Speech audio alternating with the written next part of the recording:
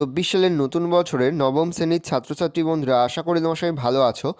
আজ আমরা যে বিষয়টি নিয়ে আলোচনা করব, নবম শ্রেণীর ফার্স্ট সামেটিভ অর্থাৎ প্রথম পর্যায়ক্রমিক মূল্যায়নের বাংলার সিলেবাস, প্রশ্ন কাঠামো এবং নমুনা প্রশ্নপত্র নিয়ে। প্রথমে তোমরা সিলেবাসে দেখে নাও কী কী বিষয় তোমাদের ফার্স্ট সামেটিভ অর্থাৎ প্রথম পর্যায়ক্রমিক মূল্যায়নে থাকবে।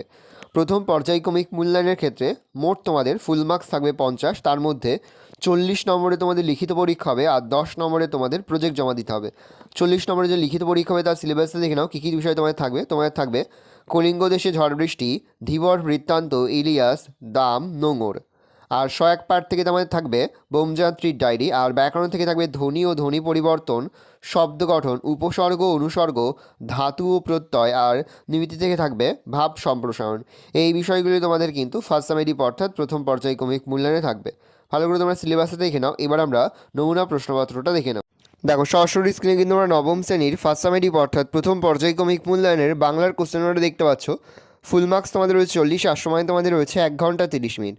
একের দাগে রয়েছে সঠিক উত্তরটি নির্বাচন করো প্রতিটি প্রশ্নে, মান 1 করে 1 × 6 = 6। প্রথম, চণ্ডীর আদেশ পান, চণ্ডীর আদেশ পেয়েছিল জাম্বুবান বীর হনুমান, কলিঙ্গবাসী না গুজরাটবাসী। উত্তর হবে বীর হনুমান। প্রশ্ন, ঘটনাক্রমে সেই আংটি পেল এক ধীবর, আংটি ছিল মহর্ষি কর্ণের, রাজশ্যালকের, শকুন্তলার না প্রিয়ংবদের। তবে শকুন্তলার। প্রশ্ন, যতদিন ধনী ছিলাম কখনো সুখ পাইনি, কথা বলেছে ইলিয়াস, ইলিয়াসের প্রতিবেশী, ইলিয়াসের স্ত্রী না ইলিয়াসের কন্যা। উত্তর হবে ইলিয়াসের স্ত্রী।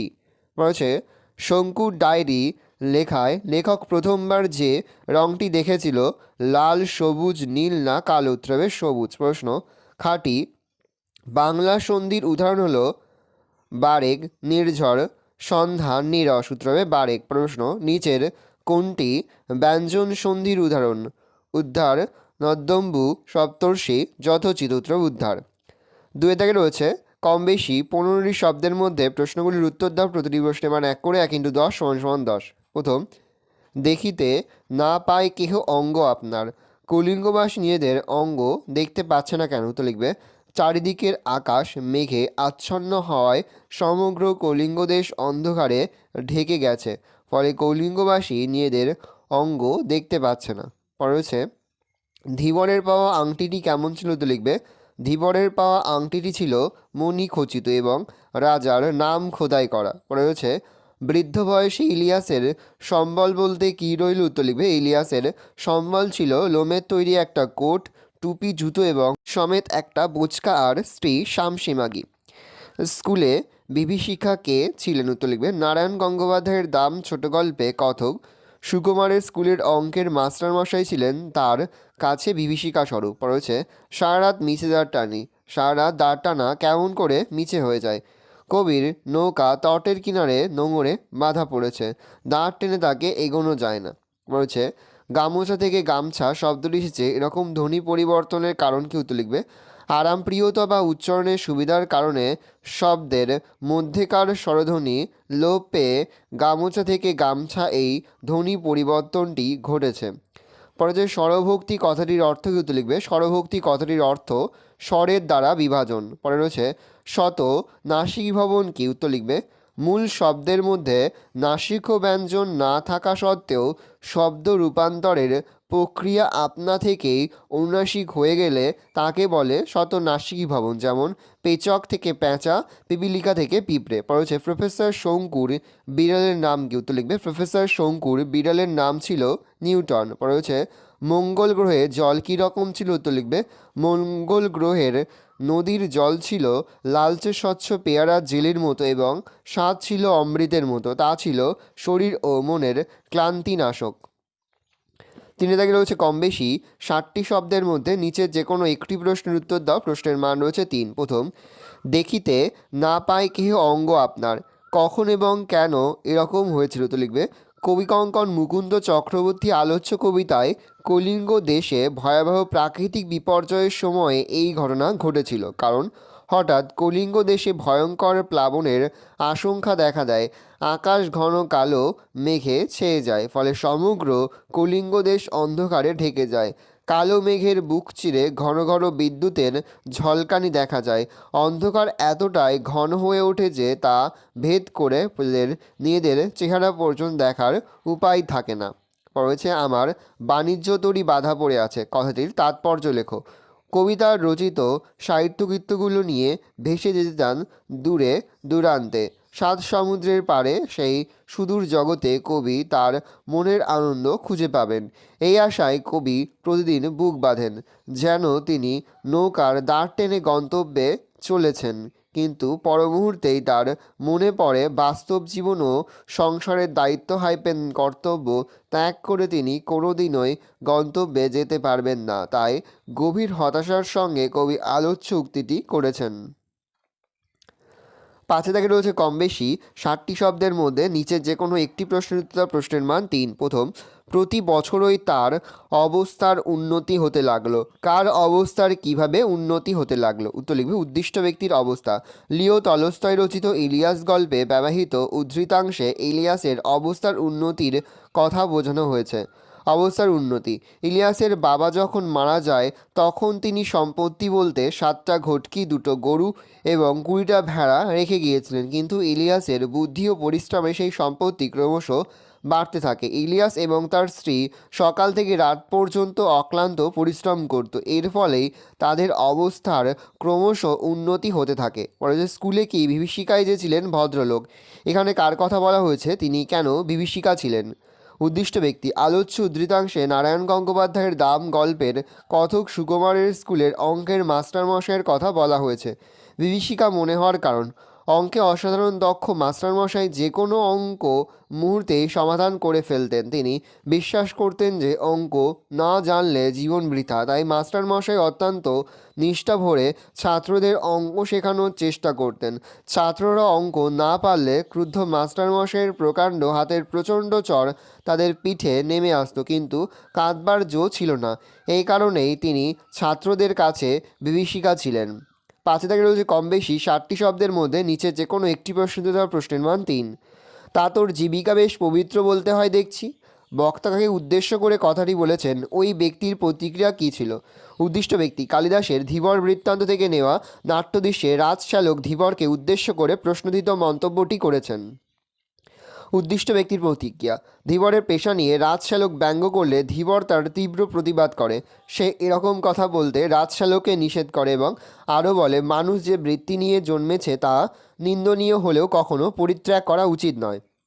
বেদজ্ঞ ব্রাহ্মণের উদাহরণ দিয়ে সে জানায়, সবে তাই পরবশ হলেও যজ্ঞের পশুবধের সময় নির্দয় হন, অর্থাৎ কোনো পেশায় সম্পূর্ণভাবে ত্রুটিহীন নয়। পরের প্রশ্ন, সূচক এই জেলেকে ছেড়ে দাও।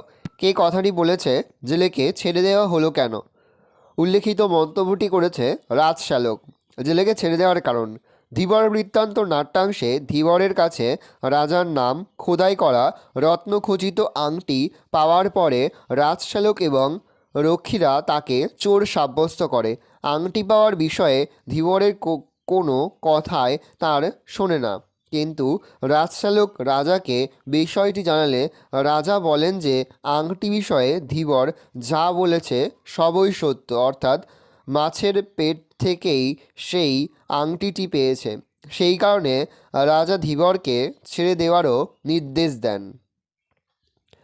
6 দাগে রয়েছে কম বেশি 150টি শব্দের মধ্যে নিচে যে কোনো একটি প্রশ্ন উত্তর, প্রশ্নের মান 5। প্রথম, কলিঙ্গ দেশে ঝড় বৃষ্টি কবিতায় কলিঙ্গে যে প্রাকৃতিক বিপর্যয় ঘটেছিল তা কীভাবে কলিঙ্গবাসীর জীবনকে বিপন্ন করে তুলেছিল বুঝিয়ে দাও।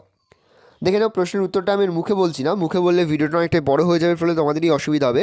আমি আস্তে আস্তে স্ক্রল ডাউন করছি, তোমরা কিন্তু অবশ্যই ভিডিওটাকে থামিয়ে বা স্ক্রিনশট নিয়ে কিন্তু সম্পূর্ণ উত্তরটা তোমাদের খাতাতে নোট ডাউন করে নেবে। পয়েন্ট করবে প্রাকৃতিক বিপর্যয়ের ছবি। ভালো করে দেখে নাও।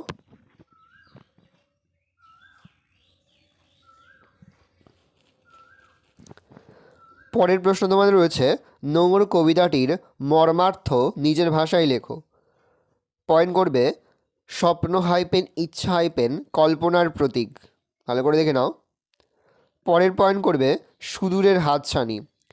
শেষ পয়েন্ট করবে শেষের কথা। ভালো করে দেখে নাও। সাথে থাকে রয়েছে কম বেশি 150টি শব্দের মধ্যে নিচে যে কোনো একটি প্রশ্ন উত্তর দাও, প্রশ্নের মান রয়েছে 5। ভাগ্য যেন চাকার মতো ঘোরে কাকে উদ্দেশ্য করে বলা হয়েছে?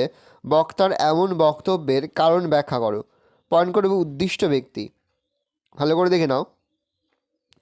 পয়েন্ট করবে এমন বক্তব্যের কারণ।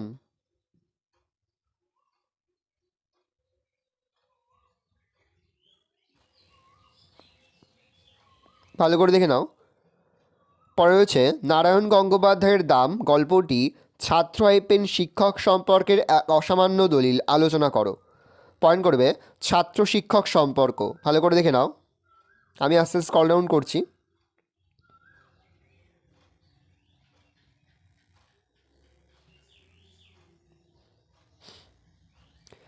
আটে দাগে রয়েছে কম বেশি 185 শব্দের মধ্যে নিচে যে কোনো একটি প্রশ্নিত দেওয়া প্রশ্নের মান রয়েছে 5। প্রথম, লেখক কার কাছ থেকে প্রফেসর শঙ্কুর ডায়েরিটি পেয়েছিলেন? ডায়েরিটির বিশেষত্ব কী ছিল? পয়েন্ট করবে উদ্দিষ্ট ব্যক্তি। পরের পয়েন্ট করবে ডায়েরিটির বিশেষত্ব। প্রথম পয়েন্ট করবে রহস্যময় কালি। পরের পয়েন্ট করবে বিস্ময়কর পৃষ্ঠা। ভালো করে দেখে নাও। পরের পয়েন্ট করবে আশ্চর্যের বিষয়।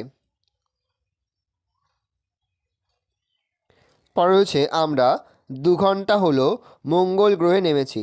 বোমযাত্রীর ডায়েরি গল্প অবলম্বনে মঙ্গল গ্রহের সংক্ষিপ্ত বিবরণ দাও। পয়েন্ট করবে মঙ্গল গ্রহের বিবরণ। ভালো করে দেখে নাও।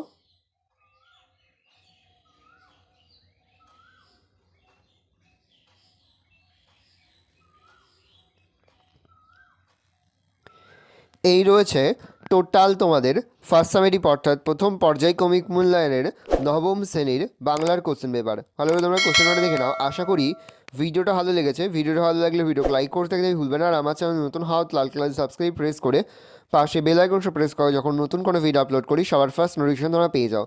আর এই ভিডিওটি তোমার বন্ধুবান্ধবী আত্মীয় স্বজন সবার মধ্যে কিন্তু অনেক অনেক শেয়ার করে দাও যারা বছর নবম শ্রেণীতে পড়ছে। আমরা কিন্তু ইতিমধ্যে নবম শ্রেণীর প্রতি বিষয়ের সিলেবাস, প্রশ্নকাঠামো এবং নমুনা প্রশ্নপত্র কিন্তু আপলোড করে দিয়েছি। তোমরা যদি এখনও পর্যন্ত সেই ভিডিওগুলো না দেখে থাকো, ভিডিওগুলো কিন্তু তাড়াতাড়ি দেখে নাও। তোমাদের সকলকে জানাই আগাম পরীক্ষার অনেক অনেক শুভেচ্ছা এবং অভিনন্দন। আশা করি সকলের পরীক্ষায় খুব ভালো হবে।